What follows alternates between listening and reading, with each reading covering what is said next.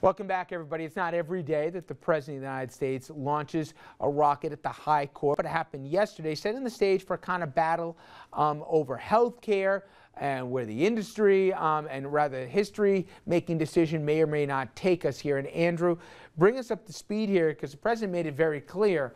Maybe it is an election year, but he also made it very clear he doesn't think that the High Court really has a tough choice ahead of him. Well, we've all heard from civics and social studies about the three independent branches, and they work more or less independently of each other. But it's rare but not unprecedented to hear the President really dinging the Supreme Court and communicating his desires to the justices while they're deliberating. The gloves came off as Obama defended his signature legislative achievement. Of course, that is health care reform, the Affordable Care Act.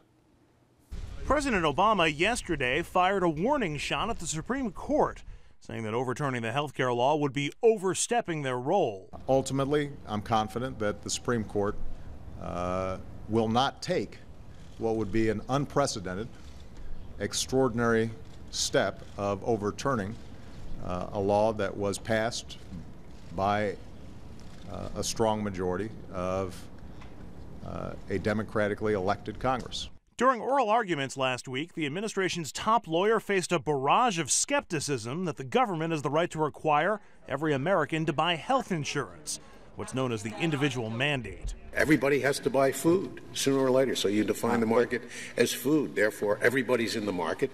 Therefore, you can make people buy broccoli. The justices should understand that in the absence of an individual mandate, you cannot have a mechanism to ensure that people with pre-existing conditions can actually get health care. In an interview with ABC, former President Bill Clinton seemed surprised that the Obama administration's attorney didn't mention other precedents for the government telling people what to buy. I believe George Washington signed a bill to require able-bodied male citizens to have a rifle in their home. So if those facts are right, what is this case about anyway? Unless it's politics. Now, at this point, everyone is accusing everyone else of overreaching. Obama and Democratic leaders say striking down the law would be an overreach by the Supreme Court. Meanwhile, conservative leaders say the law itself was an overreach by Obama and the Congress that passed it. Rich? All right. Now, Professor, before I get into whether or not it should or shouldn't be upheld, give me a frame of reference here. A president says, first of all, you have to go back to the 1930s to see, you know, for this potential kind of overreach if they were going to overturn it. Is he right? Well, the Supreme Court has overruled acts of Congress since then, even acts of Congress passed under the Commerce Clause, as this one was. In 1995, the Lopez case overturned the Guns in School Act. A couple of years later, a case called Morrison overturned the Violence Against Women Act, saying Congress had gone too far.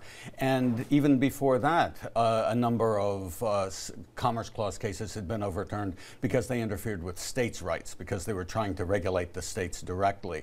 But it is unusual, at any rate, for the Supreme Court to strike down acts of Congress under the Commerce Clause. How about the president? How unusual is it to take his preemptive shot at a decision that the court's currently deliberating?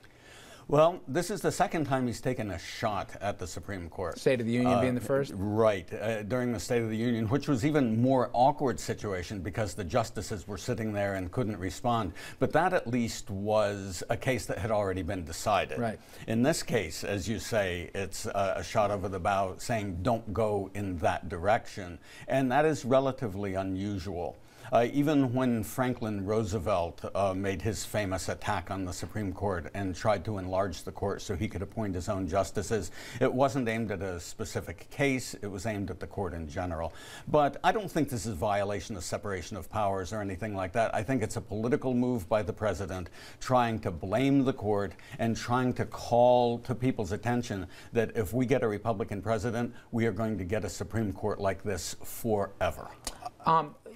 I'd like to get into, though, the idea that the president's basically laying out here that, hey, he may not use the words activist court, but if you step back for a second, the major criticisms from conservatives has been, hey, we want strict constructionists. We want people not trying to divine what the founding fathers had, but just follow what's in there.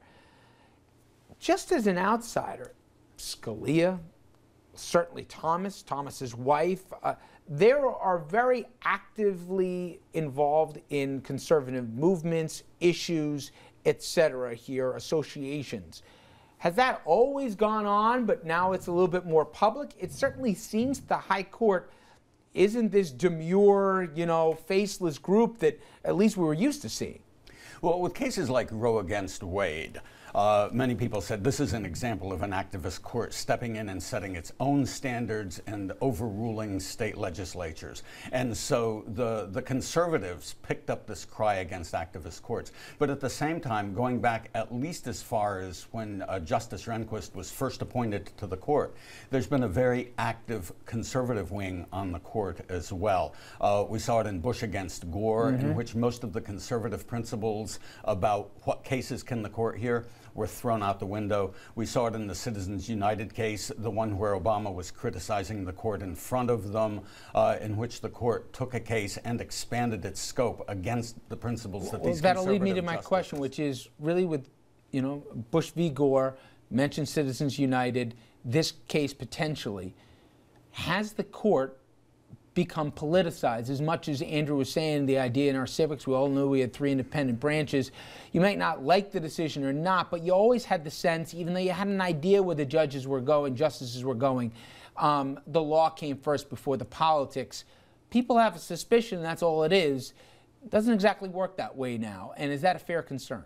Well, personally, I think it is a concern, and it's a problem that you see on both ends of the spectrum, but it's become more pointed, I think, on the conservative wing of the court, because we have several members of the court who grew up going to law school, being academics or government lawyers, in an environment in which they specifically had announced, we think that the Supreme Court is going too far to the left. We want to come in and actually, most of them railed against judicial activism, even though they're using it now. But they also railed against the court's disrespect for federalism, for example. And finally, what do you think? I'm going to put you on the High Court here for a second, Professor.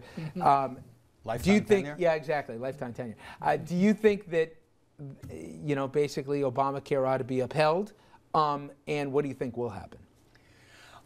Personally, I would uphold it if I were on the court. I think it's within the scope of the federal commerce power. It's going a little further than earlier cases had done, but I don't think it violates any principles that have ever been articulated. I can understand the arguments against it, so I'm not saying my position is a slam dunk, but I think that it's a perfectly legitimate one. In terms of what will happen, it all depends on Justice Kennedy. And if he votes to overturn it, it'll be a 5-4 decision. So you think it's going to be 5-4? Well, if he votes to overturn it. Yeah. If he votes to sustain it, I think there's a good chance that Chief Justice Roberts and maybe 1 or 2 other justices will also go with him for the purpose of not having a divisive 5-4 decision, and also so that Chief Justice Roberts can write the opinion himself or decide who will write it under the Supreme Court rules. If he's in the majority, he would have that power. And I think he may very well want to control the wording of that decision. They're playing our music here. Professor Dunlap, great job, fascinating stuff. Thank you so much. Thank you. Don't be a stranger.